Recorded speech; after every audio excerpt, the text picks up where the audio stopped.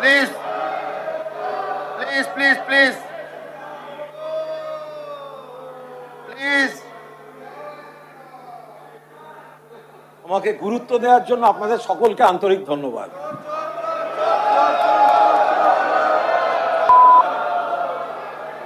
বাবু বিষয়ের বাইরে যাবেন না, যে আলোচনা হচ্ছে সেটা থাকুন। আপনি স্যার ওদিকটা দেখুন।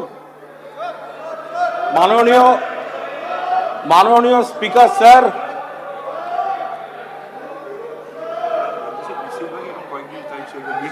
আমি মাননীয় স্পিকার স্যার একটু এদিকে। আমি অন্য বিষয়ে তুলতে চাই না, কিন্তু ওনারা যে আমায় গুরুত্ব দিচ্ছেন, আমাকে তো তাহলে নারদার ভিডিও ফুটেজের নামের তালিকাটা বলতে হয়। তাহলে বলবেন তো আপনাদের পার্টি অফিস থেকে দেখিয়েছিল, বলবেন তো?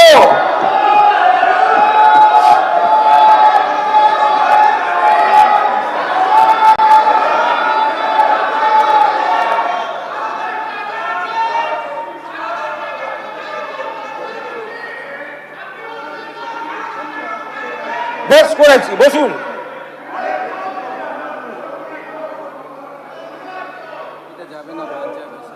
নারদার বিষয়ে উনি উল্লেখ করেছেন, এটা বাইরে চলে যাবে, এটা যুক্ত হবে না। আমি কোনো নাম উল্লেখ করিনি স্যার, আমি কোনো নাম উল্লেখ করিনি। তবে আমি সত্যি, আপনি তো প্রথম বক্তব্য সভা, আমি প্রথমবারের মতো এখানে বিধানসভায় বক্তৃতা রাখতে উঠেছি, প্রথমবার বিধায়ক হয়ে এসেছি। আমি স্পিকার সাহেবকে ধন্যবাদ জানাচ্ছি। আমি মাননীয় মুখ্যমন্ত্রী এবং পরিষদীয় মন্ত্রী তাদেরও ধন্যবাদ জানাচ্ছি এই বলার সুযোগ দেওয়ার জন্য। এবং আমি খুবই অভিভূত যে নামের একটা ব্র্যান্ড ভ্যালু আছে। বন্ধুরা ভালো বলবেন, শত্রুরা খারাপ করবেন, বাট ইউ কান্ট ইগনোর, নামটা মনে রাখবেন, কুণাল কুমার ঘোষ। রাজ্যপালের ভাষণ, আরে ওয়াশিং মেশিনে কে কে গেল নামগুলো ভাবুন। পুরনোরা অকারণে কেন পাপ ঘায় নিচ্ছেন? শুনুন, মাননীয় সদস্য কুণাল ঘোষ ওয়াশিং মেশিনের শব্দ উচ্চারণ করেছেন, এটা কার্যবিবরণীতে যাবে না। প্লিজ এরকম শব্দ ব্যবহার করবেন না।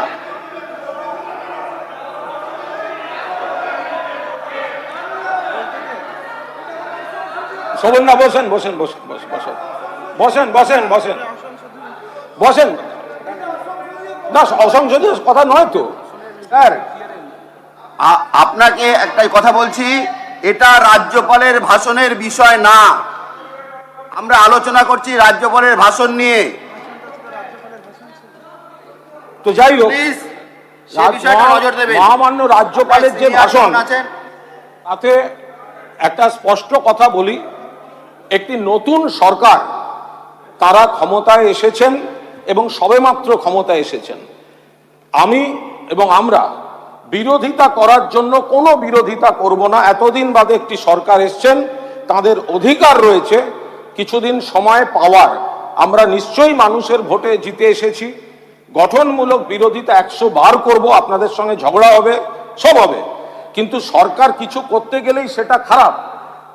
বিরোধিতার জন্য বিরোধিতা করা, সেই বিরোধিতা কিন্তু আমরা করব না। 2,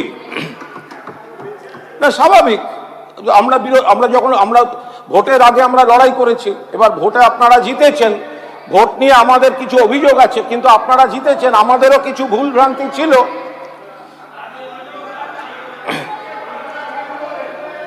স্যার স্যার আমায় যদি ডিস্টার্ব করেন, এরপর যাদের আমি বলতে দেবো না, আমায় থামাবেন না কিন্তু।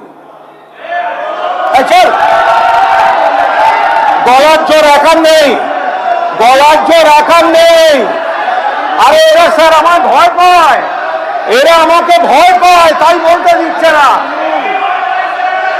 এরা ভয় পায়।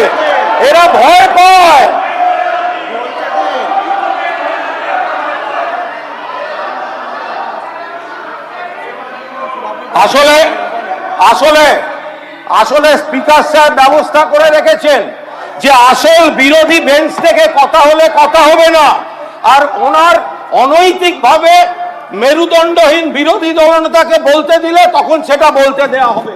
এইটা উনি ব্যবস্থা করে রেখেছেন।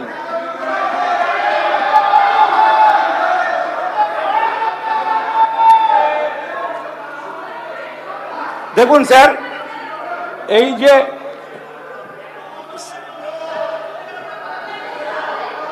স্যার এটা হচ্ছে রাজ্যপালের যে ভাষণ, তাতে কয়েকটি বিষয় রয়েছে স্যার।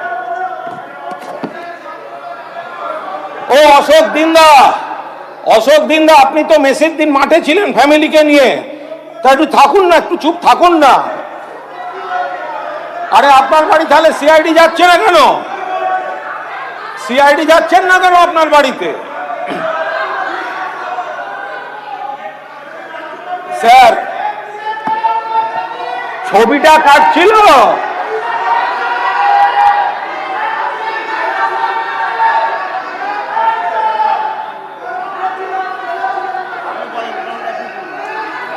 স্যার প্লিজ, আপনারা কি বলতে দেবেন না?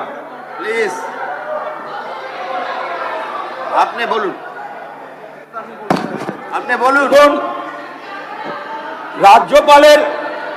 রাজ্যপালের ভাষণে স্যার এখানে লেখা আছে মহিলা নিগ্রহের 0 টলারেন্স। স্যার, তো বালুরঘাটে যে ধর্ষণের মামলা ঋতব্রত, স্যার মহিলার ভিডিও রয়েছে স্যার। আরে দাঁড়াও না স্যার, এখন এই হাউসে যে প্রায় 270 জন বিজেপির বিধায়ক রয়েছেন, প্রায় 270 জন, তার পাশে যা দেখতে পাচ্ছি যে বিধায়ক রয়েছেন বিজেপি বা বিজেপি স্পন্সর্ড বিধায়ক রয়েছেন। আরে দাদা, আমাদের শুনতে হয়েছে আমরা মাত্র 5 জন। আরে পাণ্ডবরাও 5 ছিল, কৌরব কুল কিন্তু 100 থেকেও বাঁচেনি।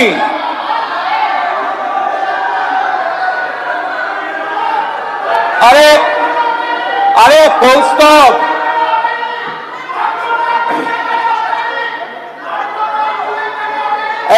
কৌস্তব, তোমরা আমার ভয় পাও আমি জানি। আরে বলতে দেবে না স্যার, এটা কি হবে?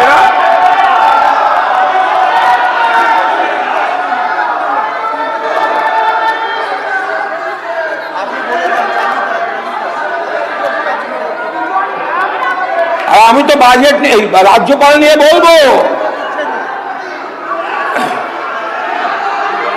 রাজ্যপালের রাজ্যপালের ভাষণ, তাতে স্যার কয়েকটা যা বিষয় রয়েছে সেই বিষয়গুলি স্যার আমরা খানিকটা তো দিয়েছি সংশোধনী, আবার কয়েকটা জায়গায় স্যার বলার আছে। এই যে 24 নম্বর প্যারা, যে এখান থেকে বহু লোক অন্য রাজ্যে চলে যাচ্ছে, বহু বছর ধরেই যাচ্ছে। আবার অন্য অনেক রাজ্যের লোক যে বাংলায় এসে এত কাজ করছে, জীবন জীবিকা, তো সেগুলো তো রাজ্যপাল স্যার স্বীকার করছেন না। এটা কি করে হবে স্যার? তো এগুলো তো বলতে হবে যে অন্য রাজ্যের এত লোক এখানে আসছেন।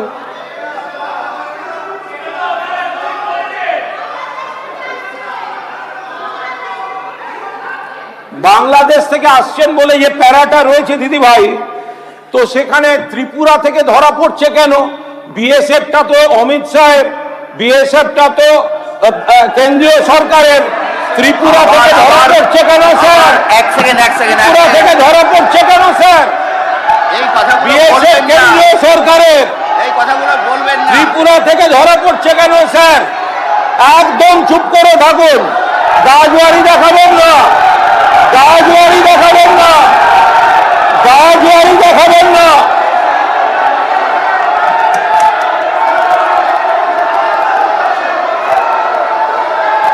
ত্রিপুরায় কাদের ছিল স্যার?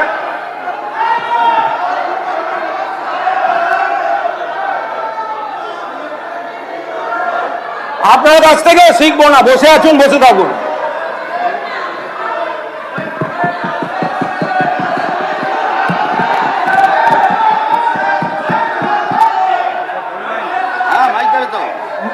মাননীয় অধ্যক্ষ মহোদয়, আমার একটা বিষয় আছে। কুণাল বাবু 1 মিনিট। আমার আপনার কাছে একটু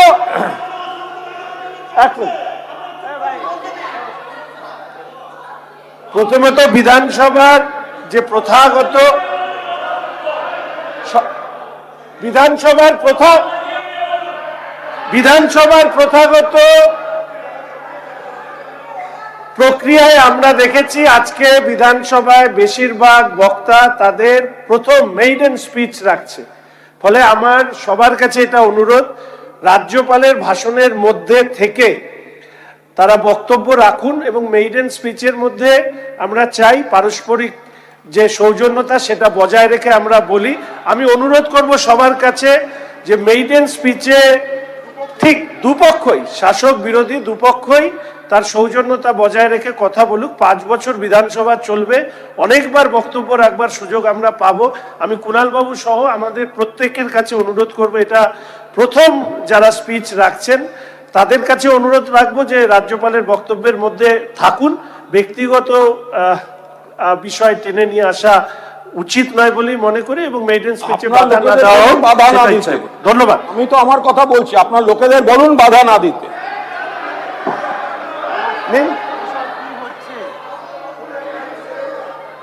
আচ্ছা, যে কথা বলা সেটা হচ্ছে রাজ্যপালের ভাষণে অনেকগুলি বিষয় আছে স্যার, কিন্তু বিষয় বলুন অনেকগুলি বিষয় আছে, বিষয় টানবেন না। বিষয়টাই তো বলছি, বলুন। আপনি এখানে বিষয়টাই তো বলছি, আপনি তো মাঝ থেকে বাধা দিচ্ছেন। যে তার মধ্যে একটা বিষয় স্যার রাখা খুবই জরুরি ছিল, সেটা যে অন্য রাজ্যগুলোর সঙ্গে উন্নয়নের নিরিখে মাননীয় কেন্দ্রীয় সরকার যে রিপোর্টগুলো দিয়েছেন তাতে বহু ক্ষেত্রে নিশ্চয়ই আমাদের আগের সরকারের ভুল ত্রুটি কিছু নিশ্চয়ই ছিল, বাট যেগুলো ক্ষেত্রে ভালো কাজ হয়েছে সারা দেশের মধ্যে ইতিবাচকভাবে প্রথম দ্বিতীয় সেগুলো পশ্চিমবঙ্গ সরকার পেয়েছে, সেই উল্লেখগুলো থাকলে ভালো হতো। যে কেন্দ্রীয় সরকারের কত টাকা বকেয়া, কেন্দ্রীয় সরকারের বিভিন্ন স্কিম থেকে কত টাকা বকেয়া, সেইগুলো তো রাজ্যপালের ভাষণে থাকা উচিত ছিল। করবেন না বক্তব্যে। আর একটা হচ্ছে যে সেগুলো তো রাজ্যে যদি না থাকে, আর আমরা অন্য রাজ্যে যে যে বিপদগুলো মহামান্য রাজ্যপাল সত্যিই বলেছেন, দেখুন আপনাদের রাজ্যপাল, আমাদের রাজ্যপাল যদি ভালো যেগুলো বলে থাকেন, আপনাদের সরকার যেগুলি ইমপ্লিমেন্ট যদি করেন, সে তো 100% ভালো কথা, সবার লাভ হবে। আমাদের বক্তব্য হচ্ছে যে ধরুন বিজেপির সরকার পশ্চিমবঙ্গেই হয়েছে, এটা তো নয়, অন্য রাজ্যেও আছে। ফলে উন্নাও, হাতরাস, প্রয়াগরাজ এগুলো তো আমরা দেখেছি।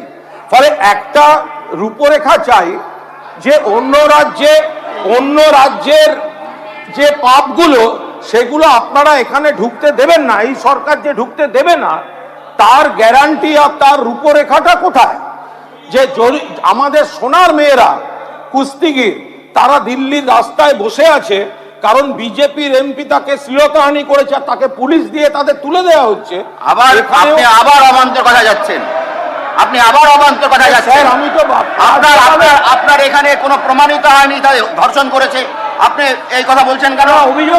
অভিযোগের এরকম ভাবে বক্তব্য রাখবেন না, এইভাবে কথা বলবেন না স্যার।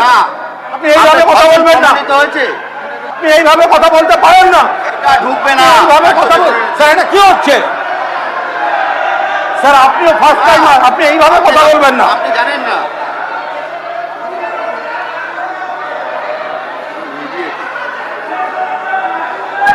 স্পিকার এইভাবে কথা বললে কি আমি রসগোল্লা খাবো না?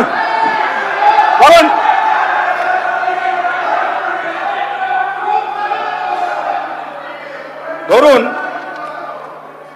ধরুন স্যার,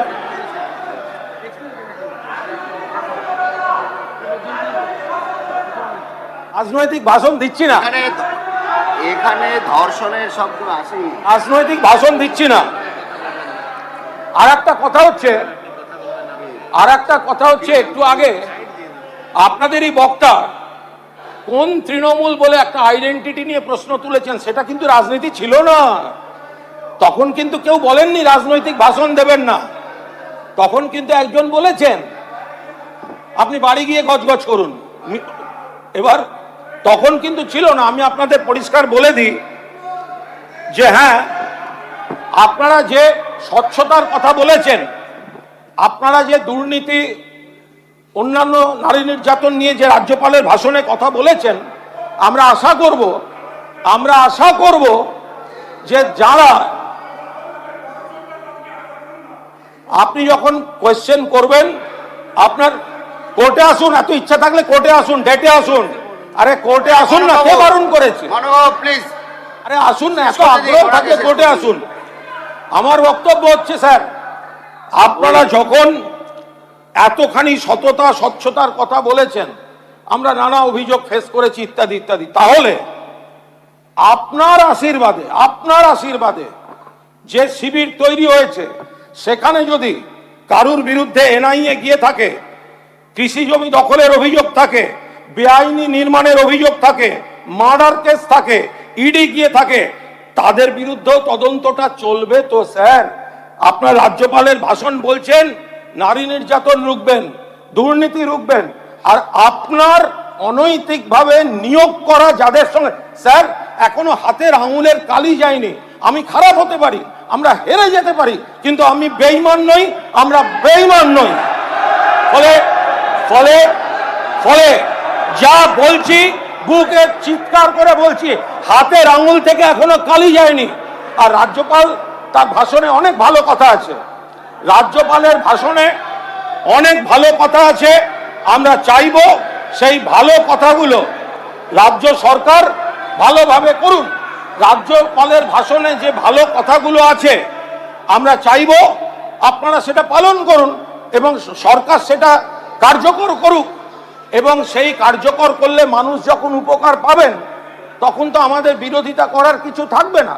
কিন্তু আমরা এটা তো বলতে পারি যে হকার উচ্ছেদ হচ্ছে, দয়া করে রাজ্যপালও যেরকম বলছেন এনক্রোচমেন্ট সরানো উচিত, আমরাও মানছি, লোকের অসুবিধা হয়, কিন্তু যদি সেখানে একটু বিনা নোটিশে বুলডোজার না পাঠিয়ে, যদিও মাননীয় মুখ্যমন্ত্রী সেদিনকে ভালোভাবে রেসপন্ড করলেন বিষয়টায়, একটু নোটিশ দিয়ে বা জনপ্রতিনিধিদের একটু ইনভলভ করে একটা বিকল্প ব্যবস্থা করিয়ে কিছু করা যায়, তো সেক্ষেত্রে এই জিনিসগুলো ভালো হতে পারে। এছাড়া ধরুন মানুষের, ধরে নিন যদি কেউ তুলে থাকে, শঙ্করবাবু ধরে নিন, আমি আবার বলছি, কারুর কোনো পাপ ডিফেন্ড করার জন্য এখানে দাঁড়িয়ে বক্তৃতা করছি না। যদি কেউ থাকে, আমি তো আপনাকে আবার বলছি, আপনি যেটা বললেন আপনাকেই আমি ফেরত দিচ্ছি, যে এখন আপনাদের খুশি করতে যারা স্পিকার সাহেবের নিযুক্ত লোকের কাছে যাচ্ছে, তাদের পাপগুলো আপনারা আবার ঢেকে দেবেন না তো? আপনি আমার প্রশ্ন করেছেন, আমি উত্তর দিচ্ছি, এটাকে অরাজনৈতিক বলবেন না তো। এখন আপনি কি বললেন? এখন সেই, না না, আরে দাদা, আপনিও জানেন আমিও জানি, একটু আগে তো বললেন যে জল জমা নিয়ে পুরো নগর উন্নয়ন মন্ত্রীকে, তো পুরো নগর উন্নয়ন মন্ত্রী তিনি যদি তার সময় যদি কাজ না হয়ে থাকে, তা তিনিও বিধানসভায় আছেন, আপনারা তার কাছে জবাব চাইবেন, মিটে গেল। তখন আমি ছিলাম এবং আমরা সারাবার চেষ্টা করেছি। সজল, তোমার বাড়িতে যেদিন পুলিশ লাথি মেরে দরজা ভেঙেছিল, এই কুণাল ঘোষ প্রকাশ্যে প্রোটেস্ট করেছিল। আপনার 2 মিনিট, এটা যাবে না, কার্যবিবরণীতে যাবে না। এবার আমাদের পরিষ্কার বক্তব্য হচ্ছে যে আমি মাননীয় স্বাস্থ্যমন্ত্রী এখানে রয়েছেন, শারদ বাবু, মাননীয় স্বাস্থ্যমন্ত্রী, ওকে একটু বলুন, গপ্প করছে গো। তো এখন সেই জায়গায় দাঁড়িয়ে আমাদের কয়েকটি হসপিটাল, বিশেষ করে ওই হোমিওপ্যাথি আয়ুর্বেদ যেগুলি, ওগুলোর কিছু পরিকাঠামো খুব ভালোভাবে দরকার আছে। আপনার বাজেটও আমরা দেখেছি সেটা, তো সেগুলো একটু আলাদা করে আপনার কাছে গেলে যদি দেখে দেন, কিছু আধুনিকীকরণেরও বিষয় রয়েছে, সেগুলো একটু দেখে দেয়া। রাজ্যপালের ভাষণে সর্বজনীন বিকাশের কথা রয়েছে, কিন্তু সর্বজনীন বিকাশ, সব ধর্ম, সব বিশ্বাস, সব আচার, তাদের প্রতি সরকার সমানভাবে গুরুত্ব দিচ্ছেন, সেরকম কোনো ইঙ্গিত এখনো পর্যন্ত কিন্তু আমরা পাচ্ছি না। ফলে রাজ্যপালের ভাষণে, কুণালবাবু 1 মিনিট আছে স্যার, 1 মিনিট আছে। রেড রোডে নামাজ পড়ার জন্য ছুটির দিন 2 ঘন্টা লাগতো, আর যোগ করার জন্য 7 দিন ওয়ার্কিং ডেতে রেড রোডটা বন্ধ ছিল। সহযোগিতা করেছে। এটাও কার্য বিবরণীতে যাবে না। তবে নামাজ হবে না, এটা কোনো কথা স্যার? এটা বলছে নামাজ হবে না, এটা কোনো কথা? এটা এই মুহূর্তে বলেছেন, এই মুহূর্তে বলেছেন, আমাদের মন্ত্রী বলেছেন, এটা কোনো কথা হচ্ছে? আপনি প্লিজ, এটা কোনো কথা হচ্ছে? বন্ধ করুন স্যার। শেষ হয়েছে স্যার শেষ হয়েছে। আমরা আপনি এবার বন্ধ করুন, সবাইকে দিতে হবে, প্লিজ বন্ধ করুন। একটা তাহলে আপনি অনেক বলেছেন, তাহলে একটা হাইয়েস্ট টাইম। তাহলে স্যার, তাহলে এই রাজ্যপালের ভাষণ একদিকে সন্ত্রাস চলবে, একদিকে হামলা চলবে, একদিকে বিধানসভার মধ্যে কথা বলতে দেওয়া হবে না, একদিকে আপনি একজন ধর্ষণের অভিযুক্তকে বিরোধী দলনেতা করবেন, আর আমরা বলার সময় আপনাদের লোকেরা বাধা দেবে। এটা কি করে চলবে? আপনাকে কি করে চলবে? সময় দেওয়া হয়েছে। আপনি অনৈতিকভাবে করেছেন, আপনি অনৈতিকভাবে করেছেন। এই বসো, তোমায় বলিনি, তুমি বসো। অপ্রয়োজনীয় অংশ, কুণাল বাবুর যে অপ্রয়োজনীয় অংশ ছিল সব সাংসদের থেকে বাদ যাবে। প্লিজ এবার বসুন, আপনার টাইম পার হয়ে গেছে। আপনাকে অর্ধেক বলতেই দেয়নি, অনেক সময় পেয়েছেন, আপনাকে বলতেই দেয়নি। আর না, আপনি 5 বছর বলবেন। আপনার বক্তব্য আমরা 5 বছর শুনবো। কনক্লুডটা করতে দিন।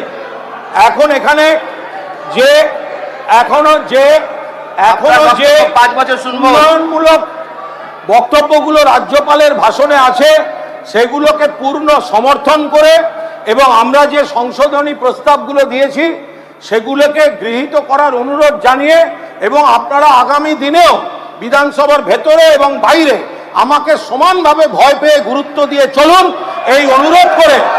আরো ভালো ভালো খবর দেখতে সাবস্ক্রাইব করুন বাংলা হান্টির ইউটিউব চ্যানেল।